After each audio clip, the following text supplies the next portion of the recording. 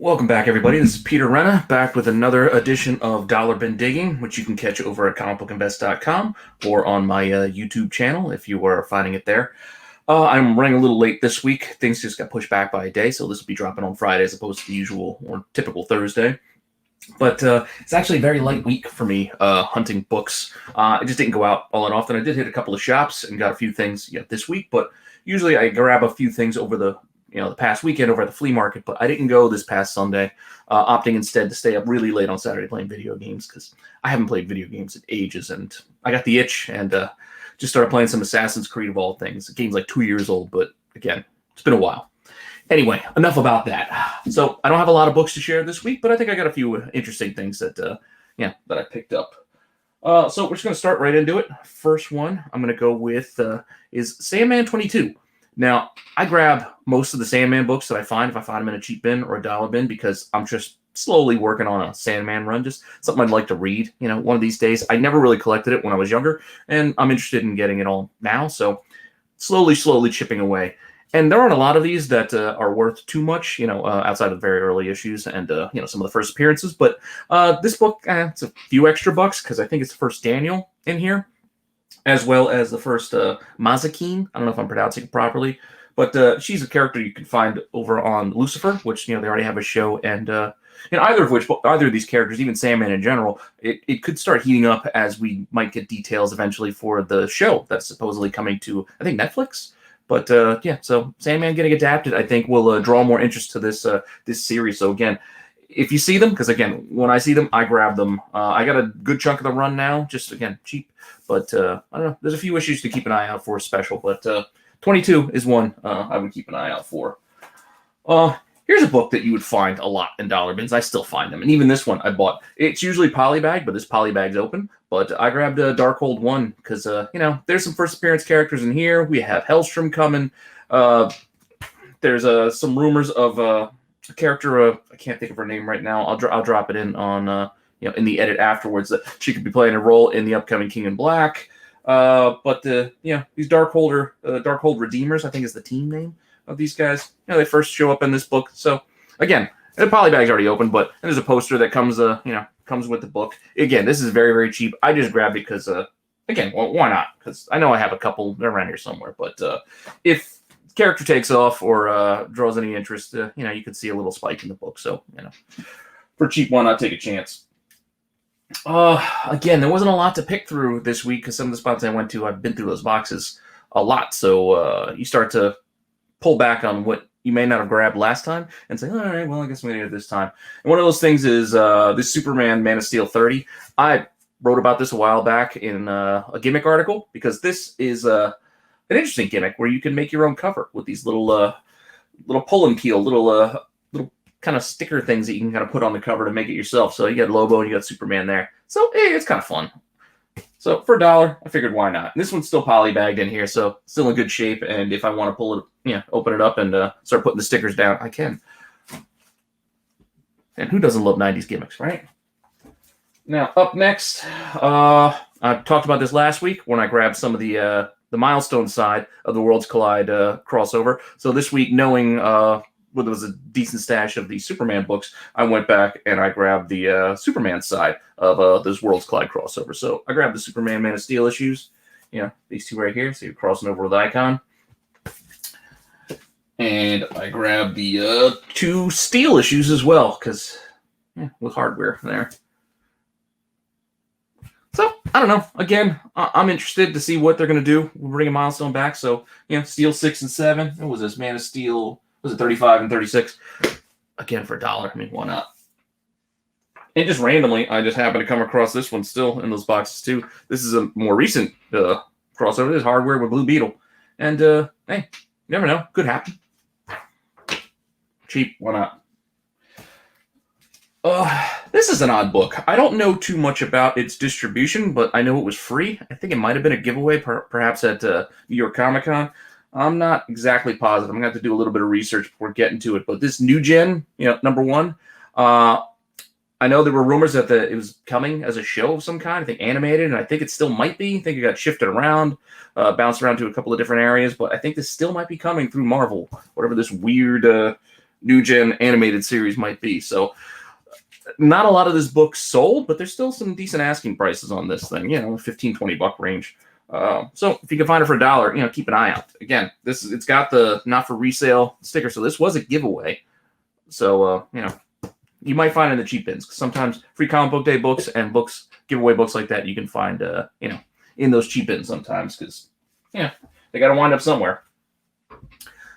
This next one, it was just a cover grab because I remember it from my collecting days back in the 90s. And I'm a big Silver Surfer fan, so seeing this Guardians of the Galaxy, you know, 24, I thought it was kind of cool to you know, to grab it. So it's not worth anything. This was just, you know, for me.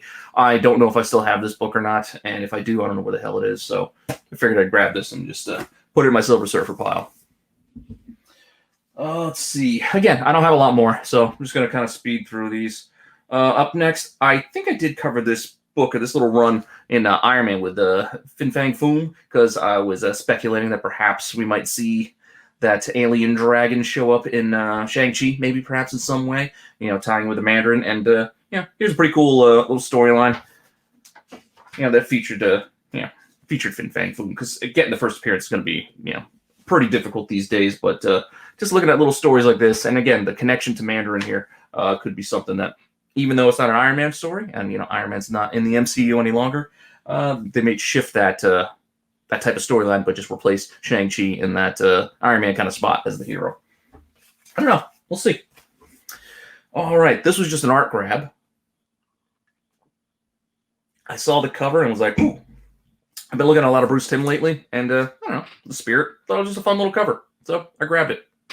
Don't think it does that much, but again, for $1, why not? This is a book I think I might have gotten a little while back. I didn't put it in my previous videos. Some of these here are kind of from the last couple of weeks, because again, this week was kind of light. I only grabbed maybe a dozen books out of the dollar bin, so I had to kind of pad it with some older stuff that I didn't share on previous videos, just because I don't want to be here all day. But this Gotham by Gaslight, yeah, this is always a good book just to read. You know, and if you can get it for $1 or less, you know, like I did, it prestige, you know, format. It was $4 cover at the time, and which this would probably be like a $10 book in today's market. But yeah, plus it was, you know, pretty cool, you know, animated adaptation of this. So I don't know, it was worth grabbing out of the cheap bin. And sticking with the idea of grabbing like last issues, I couldn't get a hold of those first Batwings. Was it 19 and 20? But with the Luke Fox Batwing, but I did grab 34, which is the last of the series, just because, hey, you never know. Print runs lower, could be harder to find.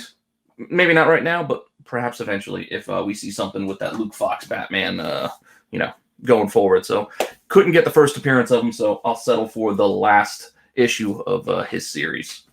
Oh, might as well put these together.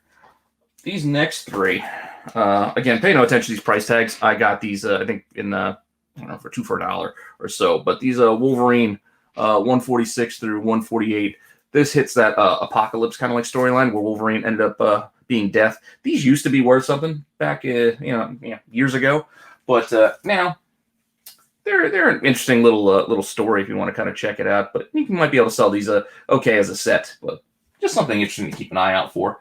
And then you have here just that follow-up where you go back to the new Fantastic Four kind of a vibe there, with the Ghost Rider and Hulk, you know, joining him. But I don't know. Again, these Apocalypse, you know, this 3-pack, you can, I don't know, maybe see a few of them listed for like 15. So I think I got these for 50 cents each. So could be a good little turnaround. Just get you a few bucks to help cover the cost of your digging. And then just wrapping this up again, just looking towards, you know, this Olivia Wilde SpiderWoman movie of some sort. We still haven't confirmed what this story is going to be about, if it's definitely moving forward or who the character might be. I'm still not 100% sold. It's going to be Jessica Drew, as a lot of people are has been speculating on. So I'm figuring cover your bases and grab some of the other characters too. So, you know, I'm looking at the Jessica Carpenter and like Maddie Franklin. So this SpiderWoman one, I think it's from 99. I think that was Jessica Carpenter, and then eventually handed it over to Maddie Franklin. And then this one from a little bit earlier in the 90s, this other Spider-Woman, also the Jessica Carpenter, who I believe she first showed up in that Secret Wars 6 and 7. 6, I think, was just like a shadow kind of like appearance. I covered that one already in Dollar Bin, I think, earlier this year. Also looking at these other potential Spider-Women way before they announced, they aren't even moving ahead with anything. But just kind of speculating on what characters they might look towards using. And Jessica Carpenter's an interesting one because you can go with the whole Spider-Woman aspect and kind of shift it over her as the replacement to Madam Web, who we've also heard they want to kind of do something with. I don't know. So, I mean, buy what you want, but if these are cheap enough, just grab them. Again, I didn't pay $3 for this. It was in a Dollar Bin, and who knows? So I'll take a shot. I mean, what's it gonna hurt? Just keep it in a box and see what happens. So that's all I really got this week. Again, there's not a lot to really pick through, but I think I got 4 little things I could write about, perhaps with these Spider-Woman books and maybe that new gen thing. I don't know. I'll pick 4 and summarize them up in the article, and hopefully I can get some more stuff this weekend. It's a little more interesting than this little short stack. But hey, some weeks are better digging than others. I mean, what are you gonna do? But anyway, be safe out there. Try to keep comics fun and give each other spaces when you're digging those boxes. Don't be climbing over top of each other. Social distance, people. We still got to get through this thing. So let's keep comics fun and again, be safe and find some good stuff out there. All right, take it easy.